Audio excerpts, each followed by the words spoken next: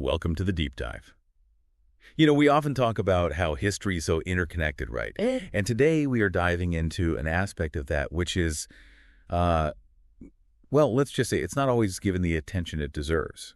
We're going to be exploring the profound impact of Arab civilization on the development of Europe. It's a fascinating area, full of those historical connections that really shift your perspective when you grasp their full extent. And, for anyone listening who wants that kind of knowledge quickly and thoroughly, I think you're really in for a treat today. Exactly. We're going to make those connections for you, and we're using a really interesting book as our guide today. It's called The Influence of Arabs on European Civilization by Abbas Mahmoud Al-Aqqad, first published way back in 1946.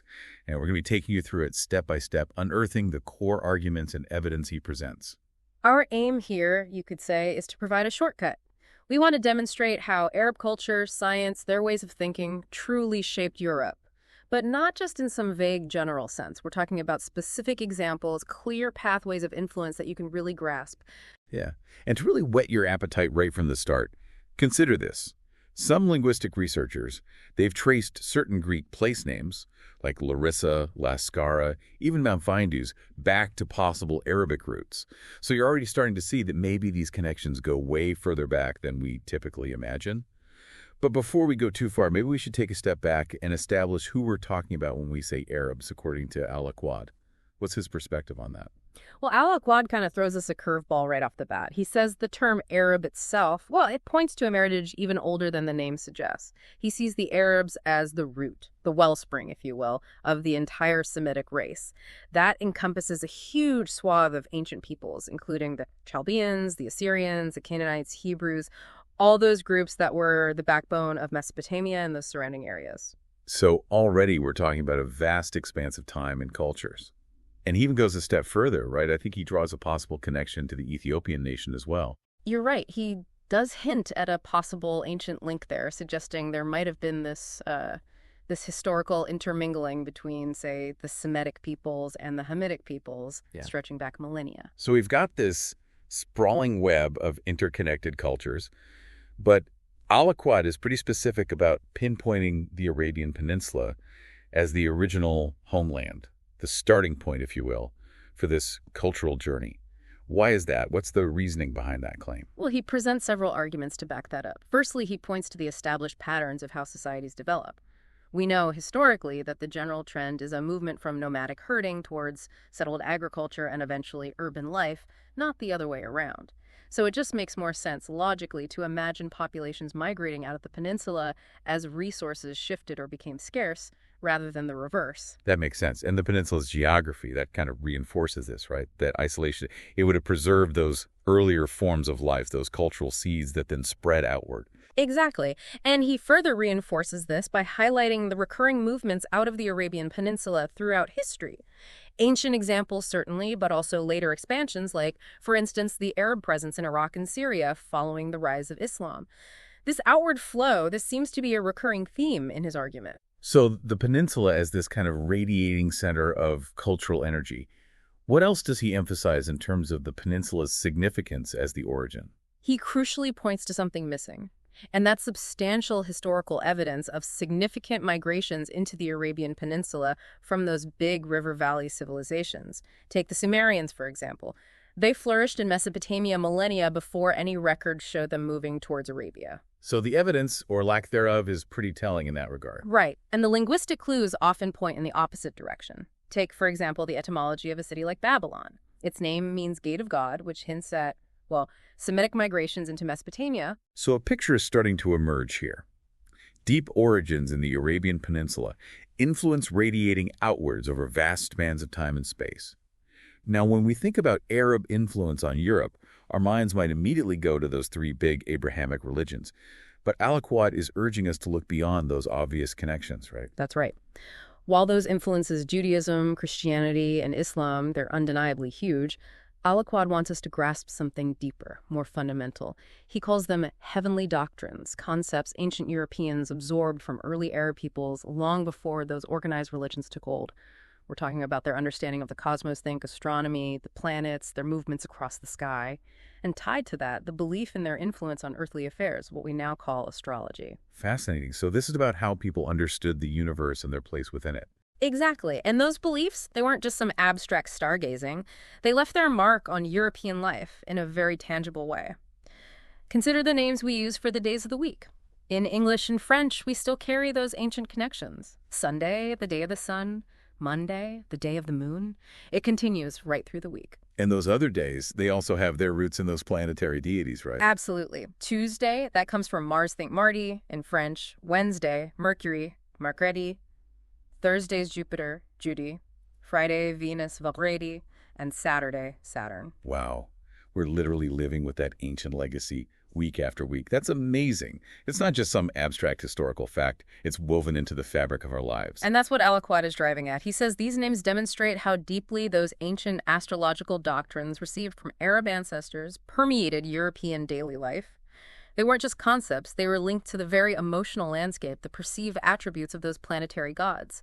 It shaped how they viewed their days, their week, their lives. Shifting gears a bit now, let's talk about philosophy. Al-Aqqad dives into the realm of Stoicism and its potential connections to the Arabian Peninsula. That might seem less immediately obvious than, say, the days of the week. It's a deeper connection for sure, but Al-Aqqad argues there's a significant Semitic and more specifically Arabian Peninsula influence on several core aspects of Stoic thought. First, there's their metaphysics. This is how they understood the fundamental nature of reality.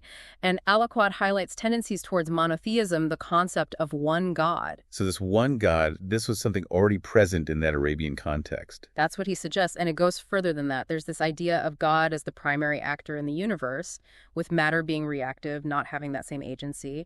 And interestingly, there are even hints of pantheism, the belief that God is in all things in some Stoic thought.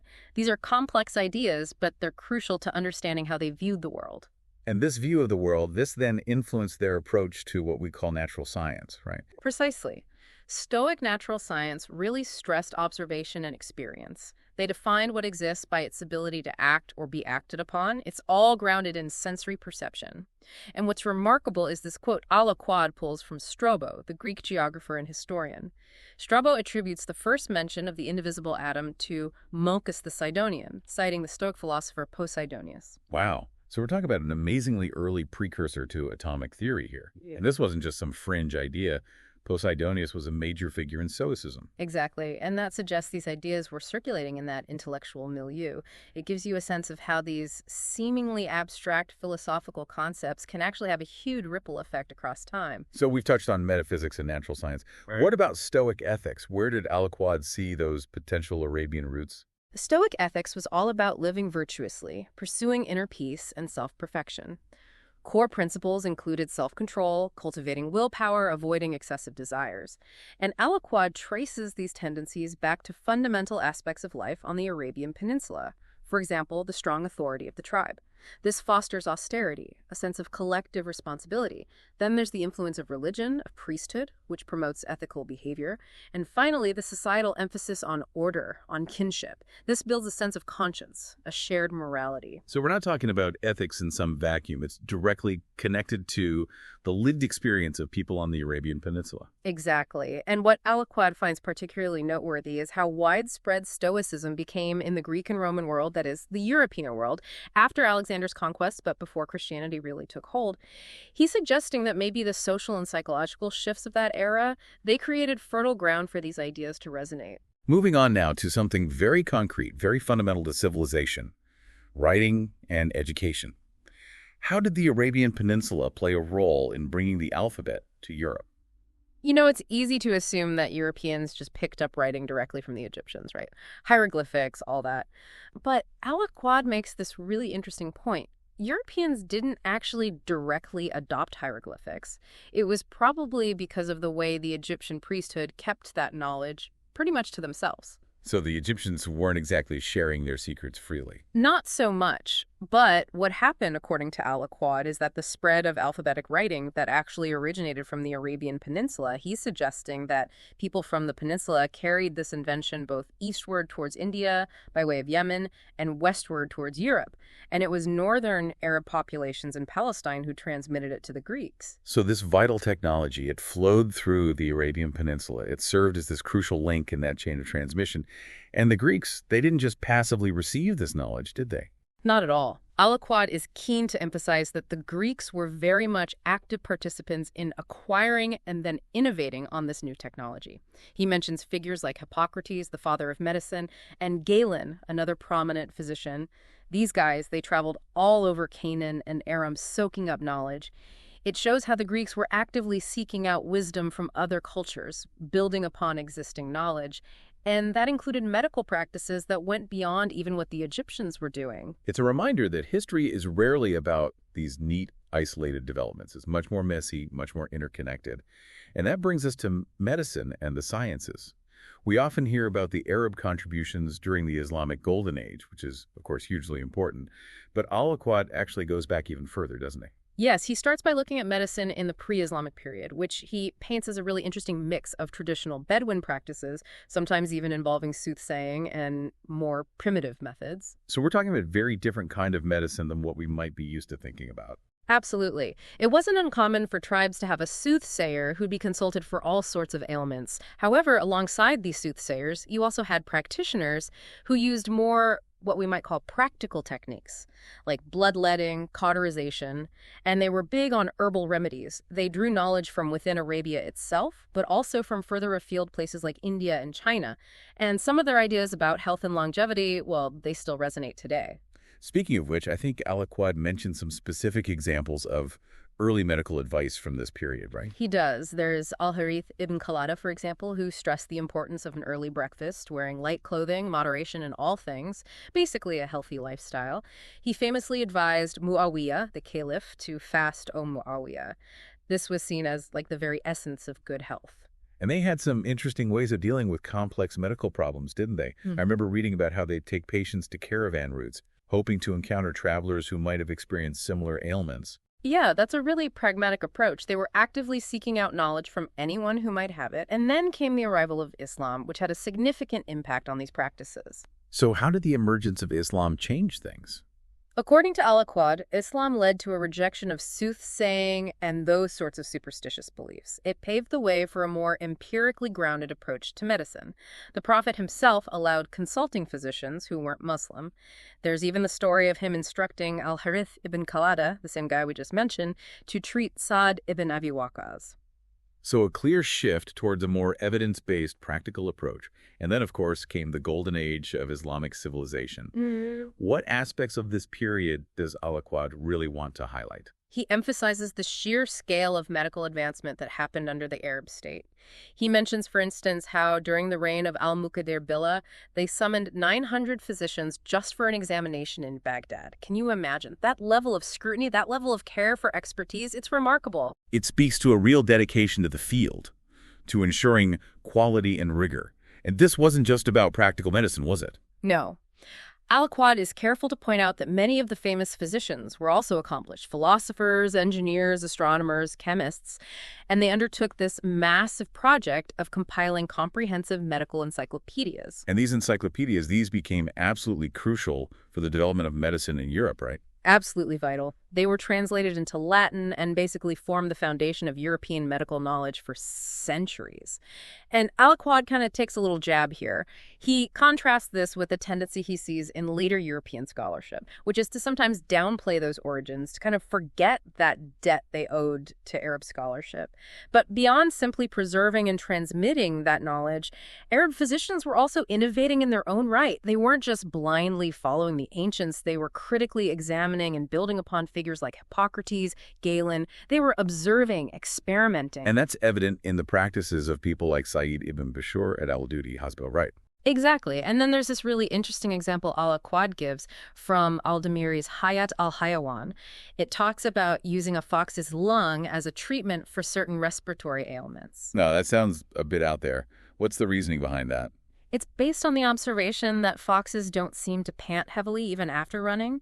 So there's this kind of folk wisdom, this observation of the natural world that's being integrated into their medical understanding. It's a reminder that things weren't always so rigidly separated back then. So we see this blend of traditional knowledge and a more systematic approach. And then, of course, there's the crucial role the Arab world played in preserving and then transmitting Greek scientific knowledge to Europe. That's a debt that can't be overstated. No, absolutely not. Al-Aqqad even quotes from European Civilization, Political, Social, and Cultural, a book which details how pretty much the entire Greek scientific heritage was translated into Arabic within a couple of centuries. And this transformed cities like Baghdad, Cairo, Kairouan, and Cordoba into major centers of learning. It wasn't just about the Crusades. This knowledge flowed into Western Europe largely through the Iberian Peninsula and Sicily. And then you have these English scholars like Adelard of Bath and Gerard of Cremona who played a key role in translating those Arabic texts into Latin, making them accessible to the wider European scholarly world. So a massive undertaking, translating all that knowledge. And it wasn't just about preserving and transmitting. The Arabs also made significant original contributions, right? We're not just talking about being caretakers of knowledge here. No, not at all. You've got Ibn Yunus al-Misri, who's credited with inventing the pendulum. Al-Aqqad also presents pretty convincing evidence that the magnetic needle, what we know as the compass, that actually originated with the Arabs and Muslims. He points to established trade routes between Al-Hira and Chinese ports that existed even before Islam. And this idea of Arab origin, it was also supported by Gustave Le Bon, the French intellectual. So these are fundamental inventions that changed the course of history. What about geography? How did the Arabs advance our understanding of the world? The Andalusian region was particularly important here. They were compiling and spreading geographical knowledge far and wide. A great example is Sharif al-Idrisi, who was commissioned by King Roger II of Sicily to create this incredibly detailed representation of the world, which included a silver globe. And al-Idrisi didn't just copy what came before, he actually provided a more accurate explanation of where the Nile River originated from. So correcting long-held misconceptions about the world. And even figures like Christopher Columbus, they were influenced by Arab maps and geographical concepts, weren't they? That's right. Cardinal Pierre Daly's Imago Mundi, which Columbus relied on, drew heavily from Arabic sources. And scholars like Al-Biruni, their geographical and astronomical insights were known in Europe, and they helped spread Indian ideas about how civilizations were distributed across the globe. Al-Aqqad even delves into this very fascinating and somewhat debated idea that maybe, just maybe, Arabs actually had a hand in discovering the New World before the Europeans. No, that's a bold claim. What's the evidence for that? It's mostly circumstantial, but intriguing nonetheless. He mentions the work of Father Anastas al-Karmali, who pointed to things like the Gulf Stream and potential Arabic-derived animal names found in Mexico. He's basically contrasting these possibilities with the more, shall we say, legendary European accounts, like the Voyage of St. Brendan. He also highlights those famous Arab travelers and geographers like Ibn Jubayr, Ibn Battuta. These guys, they crisscrossed the globe, leaving behind detailed accounts of their journeys. And the impact of those journeys, that exchange of knowledge, we still see it today in our language, right? Specifically our nautical vocabulary. Absolutely. So many terms we use in navigation: tear, faluk, caliber, admiral. These all have their roots in Arabic words. It's a testament to that direct transfer of knowledge and technology in the realm of seafaring. Moving on now to those fundamental languages of science, mathematics, and astronomy. Yeah. What was happening there? Well, Al-Aqqad sees the interconnectedness of astronomy and mathematics as a defining feature of that period. He makes this point that algebra, which is, like a cornerstone of modern mathematics, even the word itself, it comes from Arabic. And he's highlighting the significant advancements that were made beyond the foundations laid by the Greeks. So they weren't just copying what the Greeks had done, they were pushing those boundaries even further. Exactly. Gustave Le Bon actually called the Arab innovations in mathematics, from practical geometry to trigonometry, solving cubic equations, conic sections, using sines instead of chords. He called it a full-blown scientific revolution. And you've got scholars like Professor Carl Saschow, the astronomer Lalande, recognizing the incredible achievements of Islamic mathematicians like Al-Biruni, Al-Battani. And Al-Aqqad, he takes issue with that tendency in Europe to give all the credit to the Greeks, the idea that it all sprang from them, fully formed. It's that Eurocentric view of history that often misses those crucial contributions from other cultures. Exactly. He reminds us that civilizations like the Egyptians, the Babylonians, they were doing sophisticated things like predicting eclipses long before the Greeks came along. He even quotes Plato himself, who acknowledged that the Greeks learned geometry from the Egyptians. So it's a much more complex, interconnected story than the one that was often told in Europe. Now, let's switch gears again and talk about literature. Al-Aqqad explores this fascinating idea that Dante Alighieri, one of the giants of European literature, may have been influenced by Arab culture. It's a pretty bold claim, isn't it? It is. But he lays out some interesting evidence. He points to Dante's time in Sicily, which was ruled by Frederick II. Frederick was known for his interest in Islamic culture, and Arabic translations of Aristotle were readily available. So the intellectual environment was ripe for this kind of cross-cultural exchange. And Al-Aqqad highlights these striking parallels between Ibn Arabi's descriptions of paradise and the imagery found in Dante's Divine Comedy. He even suggests Dante knew about the Prophet Muhammad's biography and the Miraj, the night journey. There's even the possible influence of Abu al-Amari's Epistle of Forgiveness. To a lot of potential points of connection there. And this possible influence, it wasn't just limited to Dante, was it? No, it wasn't. Petrarch, another major Renaissance figure, he lived during a time when Arab cultural influence was pretty strong in Italy and France. He even attended universities that were modeled after those in Andalusia. And then there's Cervantes, his Don Quixote. It's full of Arabic phrases and proverbs. That's likely due to his time spent in Algiers. Historians like William Hickling Prescott, they even saw that particular humor as being very Andalusian in nature. So these little traces of influence, they start to add up. They paint a picture of this ongoing cultural exchange. Exactly. And there's more. The Zajal, this form of poetry, predates the troubadours. There are Arabic words sprinkled throughout early European poems. References to Muslim customs pop up in their literature. Al-Aqqad argues that there's this unbroken thread connecting Arabic literature to modern European literature, going all the way back to those early encounters. And he doesn't just stop there. He even suggests that the European Romantic movement, that passionate spirit that was maybe influenced by the legacy of that Arab and Muslim presence in Andalusia. It's fascinating to think about how these seemingly disparate historical events and cultural trends might actually be connected. It's a very different way of looking at history. Now, what about the fine arts? Painting, sculpture, acting. What kind of contributions did Arab civilization make in those areas? Well, this is where Al-Aqqad makes an interesting observation. He says that acting, representational art like drawing and sculpture, these weren't as prominent in Arab civilization compared to other forms of artistic expression. And this was something shared with many cultures, both East and West, back in those ancient times. So it wasn't unique to the Arabs. There was a different emphasis, different priorities when it came to art. Precisely. He mentions how the Greeks, they actually got their start in acting through religious rituals, those ceremonies dedicated to Dionysus. And when it comes to Arab society, he speculates that maybe their social structures, particularly the less diversified roles within Bedouin life, may have played a role in this. They already had such rich traditions of poetry, songs, even equestrian games, where self-expression was already so central. So it wasn't a lack of creativity, but more a matter of where that creative energy was channeled. Exactly. However, Al-Aqqad stresses that the Arabs did develop a very distinctive sensibility when it came to architecture.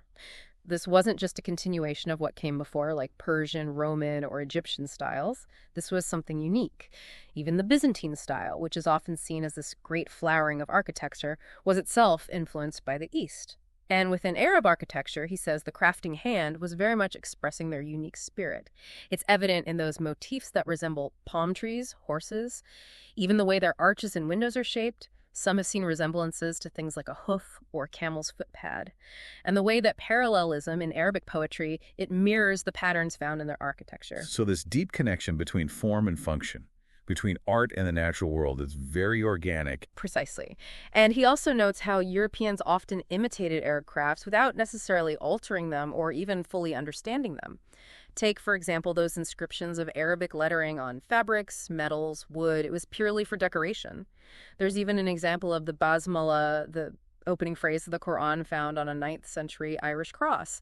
And there are Arabic letters woven into fabrics depicted in a Florentine church painting.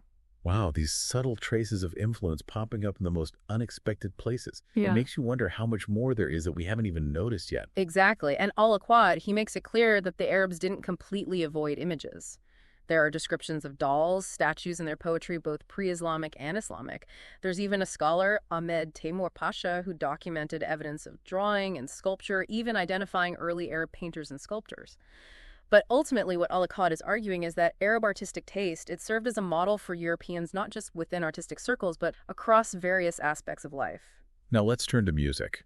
How did Arabic musical traditions influence the development of music in Europe?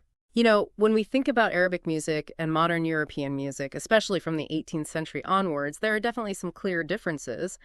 However, Al-Aqqad points out that ancient European music, that was quite different as well. It was mainly focused on those sensual songs, those melodies for dance, rather than harmonic complexity. And he proposes that the development of harmonic music in Europe was actually a result of several factors: the acquisition of knowledge, advancements in musical instruments, the science of sound. So it wasn't just a spontaneous development. It was built upon earlier traditions and innovations. Exactly. And then there's this interesting idea he puts forward. He draws a connection between those countries with strong traditions of church music, think Spain, Italy, Austria, Germany, Russia, and the rise of harmonic music. Those places where church music was central, that's where those complex harmonies really took root. And Andalusia, this melting pot of cultures, this played a key role in this transmission, right? Yep. A crucial role. Western Europe learned melodies, musical forms, even instrument names from Andalusian Arab teachers. Words like lute, that comes from the Arabic alaud, naker from nakwara, clef from iqlid, rabek from rabab. You even see similarities in the costumes worn by European musicians to those found in the Maghreb. And some scholars, they even believe that the Arabs actually predated Europeans in developing early forms of harmony. So a lot of evidence pointing towards a significant Arabic influence. And this wasn't just a one-way street. European scholars were actively engaged in Arab musical scholarship, weren't they? Absolutely. They were studying in places like Cordoba, poring over those theoretical music texts. And for educated Christian Spaniards, being fluent in Arabic was practically a given. Al-Aqqad also tackles that common misconception about Arab vocal styles, that their voices lacked range. He contrasts this with the huda tradition, these melodic vocalizations used during travel. He also points out that the scales themselves are largely similar, except for that emphasis on the quarter tone in Arabic music, which their musicians took great pride in. So, not so different after all. And even in modern European music, you can still find traces of that Arabic influence, right? Definitely. Think about composers like Rubinstein, Félicien David, Saint-Saëns. They consciously incorporated Arabic melodies and ideas into their work. It suggests that even today, that potential for influence is still there. Maybe we're on the cusp of a new wave of Arabic influence, particularly in areas like instrumentation and musical arrangements. Now let's shift our focus to something truly fundamental: philosophy and religion. Al-Aqqad tackles this 19th century European idea that Eastern nations, they were all about practicality, about using knowledge for, concrete purposes. Whereas the Greeks, they were supposedly unique in pursuing knowledge for its own sake. He really pushes back against that notion, doesn't he? He does. He just straight up rejects that Eurocentric perspective. He argues that it rests on some pretty shaky assumptions. The very idea that only the Greeks were capable of pursuing knowledge for its own sake, that just doesn't hold up to scrutiny. He suggests that the real reason for the flourishing of Greek philosophy was the specific set of circumstances they found themselves in. In those early stages, they didn't have a strong centralized kingdom or a powerful priesthood. There was this relative freedom of inquiry, which was very different from what was happening in places like Egypt, Babylon, where those powerful religious institutions had a lot of control over intellectual life. So it wasn't a matter of inherent intellectual superiority, but more about the political and social conditions that allowed for different kinds of intellectual development. Exactly. And Al-Aqqad points out that those barriers to free inquiry, they weren't unique to the East. He says that those periods when Greece and Europe itself went through intellectual stagnation, like during the Inquisitions, well, that was also due to the rise of powerful institutions that restricted thought. And he acknowledges that the nomadic lifestyle of those pre-Islamic Arabs, that also posed challenges for developing abstract philosophical ideas. But he's quick to point out that there were Arab philosophers of pure Arab lineage, and he stresses how important those Andalusian philosophers were in introducing Europeans to that rich tradition of Eastern thought. And these Andalusian philosophers, they had a direct impact on some major figures in European intellectual history, didn't they? Oh, absolutely. Think about people like St. Thomas Aquinas, Albertus Magnus. They were heavily influenced by thinkers like Ibn Bajjah, Ibn Tufal. Ibn Sina's ideas, those were hugely important for shaping Albertus Magnus's concept of knowledge. And Ibn Rushd, his impact was massive, even though his work ended up being banned in some circles. Al-Aqqad also explores the influence of Islamic mysticism, especially Ibn Arabi's ideas, on later European thinkers like Spinoza and Ramon Lull. So again, we see these threads of influence weaving through history, connecting seemingly disparate thinkers and ideas. Yes, exactly. And there are these fascinating parallels between Islamic philosophical concepts and later European thought. For example, the concept of the material and active intellect, developed by Al-Farabi, it foreshadows Kant's ideas about phenomena and noumena. Al-Ghazali's critiques of causality, those anticipated some of David Hume's work. Even the idea of evolution, there are hints of that in the writings of Al-Farabi and Ibn Khaldun. And Descartes, the father of modern philosophy, he grappled with issues like the nature of doubt, the proof of selfhood. Those were actually explored earlier by Al-Ghazali and Ibn Sina. So these weren't just isolated developments in Europe. They were building upon a foundation laid by earlier thinkers, including those from the Islamic world. And the way philosophy was conducted in the Islamic world, that was also unique. Al-Aqqad points to how meticulous they were about attributing ideas to their original sources. And there was this real sense of community, a collaborative spirit. They'd have these debates, exchange letters. It was all about building upon each other's ideas. And that process continued through those ongoing interactions between the Islamic world and Europe. It led to new understandings, reform movements. Sometimes they agreed, sometimes they disagreed. But that dialogue never really stopped. And figures like St. Thomas Aquinas, they really exemplify that engagement, don't they? They were grappling with ideas from Andalusian and Eastern Muslim philosophers, even when they were disagreeing with them. And there's some interesting parallels between figures like Al-Ghazali and St. Thomas, aren't there? Oh, definitely. Both of them engaged with Aristotle, Plato, trying to reconcile those ancient ideas with their own faith traditions.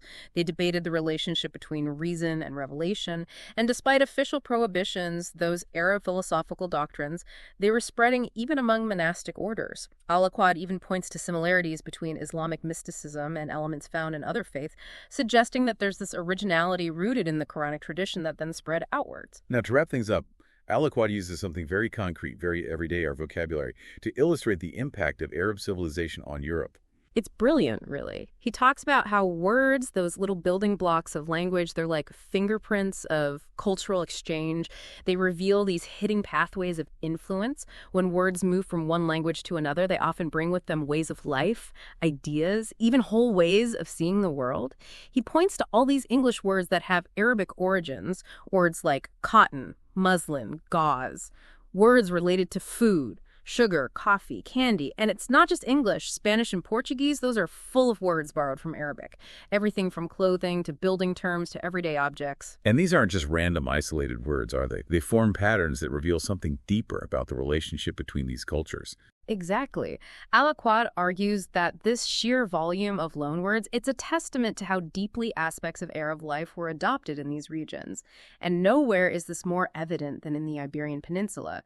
He talks about the period of Arab rule there as a golden age, unmatched in terms of prosperity and intellectual vibrancy, both before and after. And what's really striking is that he emphasized the peaceful nature of this cultural exchange. It wasn't imposed. It was a process of coexistence, of mutual influence. And this contrasts sharply with the conflicts that were raging in Northern Europe at the same time. And he even draws this somewhat paradoxical connection to the later separation of state and church in Europe, doesn't he? It does seem counterintuitive, given that in many Islamic states, religious and political authority were very much intertwined, but he suggests that maybe there was this indirect influence from Islamic civilization, even if it seems paradoxical.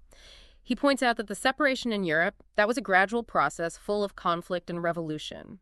And he contrasts this with earlier Islamic political thought, mentioning figures like al-Ma'ari and those Quranic principles of consultation, those ideas about limits on rulers' power, the rights of subjects. So a different way of thinking about the relationship between the ruler and the ruled. Precisely. He argues that Arab civilization helped to elevate the concept of the state, to move beyond mere inheritance and lineage toward the more dynamic relationship between the guardian and those being governed.